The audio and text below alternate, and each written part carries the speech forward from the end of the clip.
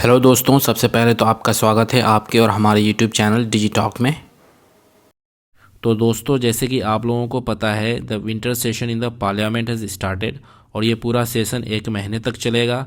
और ये इम्पॉर्टेंट इस वजह से भी है क्योंकि as a crypto investor we are very much excited to know कि ये जो बिल है cryptocurrency and regulation of official digital currency bill 2021 ये पास हो पाता है या नहीं हो पाता, या फिर इससे रिलेटेड क्या क्या क्वेश्चंस डिस्कस होते हैं।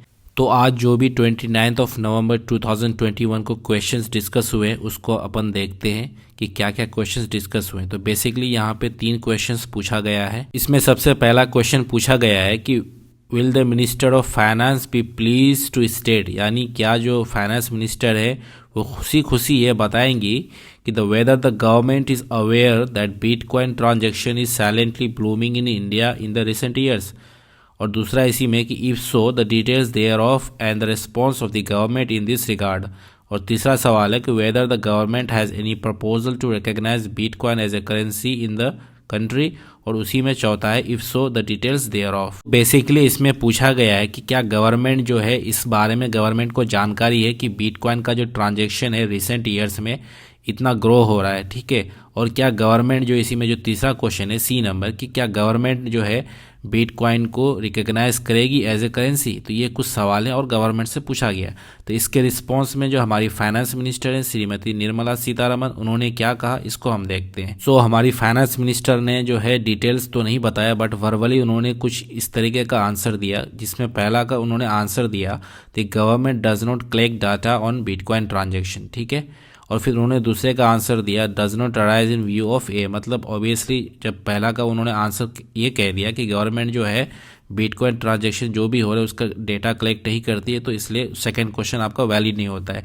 फिर तीसरा का उन्होंने ये कहा कि ये इंपॉर्टेंट है आपको कि तीसरा सवाल ये था कि क्या जो बिटकॉइन को करेंसी घोषित करती है इंडियन गवर्नमेंट।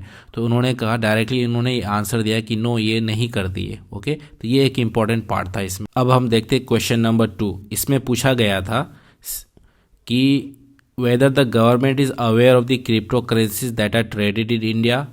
दूसरा था if so whether trading in cryptocurrency is legally permitted in India and if so the details thereof. मतलब पूछा जा रहा है कि क्या जो क्रिप्टो करेंसी है गवर्नमेंट इसकी जो ट्रेड हो रही है क्रिप्टो करेंसी की, क्या गवर्नमेंट इसके अवेयर है इस बारे में या नहीं, अगर है तो क्या लीगली परमिटेड है इंडिया में या नहीं। तीसरा सवाल था कि whether the government has allowed the cryptocurrency exchanges as a legally permitted entity in India, ठीक है। मतलब जो भी क्रिप्टो करेंसी एक्सचेंजेस हैं क्या उसको लीगली जो है गवर्नमेंट ने परमिशन दे दिया है इंडिया में, ठीक है। और चौथा सवाल था if so the details of the acts that are applicable to cryptocurrency and cryptocurrency exchanges. ये कुछ सवाल थे, तो इसके रिस्पॉन्स में क्या कहा उसको हम देखते हैं। अब इस सवाल का जवाब दिया गया है minister of state in the ministry of finance by Shri Pankaj Chaudhary कि government does not collect information on trading in cryptocurrency. वही घिसा पिटा उसका आंसर, जो मतलब एक होता है ना कि आपको डायरेक्टली कुछ नहीं तो बस एक स्टेटमेंट देना है, तो उस पर्पज़ से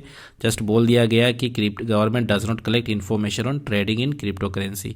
और बाकी जो 4 सवाल थे बी टू डी उन्होंने कह दिया कि जैसे इसमें सवाल था आपका whether the government has allowed the cryptocurrency exchanges as a legally permitted entity in India and if so the details of the acts। तो बेसिकली वो जो डिटेल्स ऑफ द एक्ट्स है वो उन्होंने उन्हीं को यहाँ पे डिटेल कर दिया गया है। तो डायरेक्टली अभी तक खोल के कुछ आंसर नहीं आया है। अब जो अगला क्वेश्चन है उसको हम देखते हैं जिसके बारे में यहाँ पे डिस्कशन हुआ है। अब जो नेक्स्ट क्वेश्चन था वो था मल्टी करोड़ स्कैम से रिलेटेड, जो कि कर्नाटक में हुआ था। वो आपको डिटेल उसके बारे में पता होगा। तो इससे रिलेटेड क्वेश्चंस पूछा गया था गवर्नमेंट से, तो गवर्नमेंट ने इसका भी एक सिंपल सा डायरेक्ट आंसर दे दिया। आंसर ये था कि ये जो चीज़ है information in public domain suggest that a case of cyber crime involving bitcoin has been under examination by the Karnataka police. मतलब ये जो है साइबर क्राइम से रिलेटेड प्रॉब्लम है, तो ये कर्नाटक पुलिस इसको देख रही है, तो इसका जो भी डिटेल्स होगा वो आपको दे दिया जाएगा। ये बेसिकली था। तो अगर हम एक ओवरव्यू देखें इन क्वेश्चंस का, तो अभी तक क्लियरली ये निकल के नहीं आया है कि क्या रेगुलेशंस आएंगे, ठीक है, और या फिर बैन होगा या नहीं होगा। वैसे होप आप इतना पॉजिटिव रहें कि ये जो क्रिप्टो करेंसी है वो बैन नहीं होगी। ओके, अब क्या होगा नहीं होगा, रेगुलेशंस कैसे होंगे, ज़्यादा हार्ड होंगे या सिंपल होंगे, वो अब आगे के जब भी डिस्कशन होगा तब देखा जाएगा।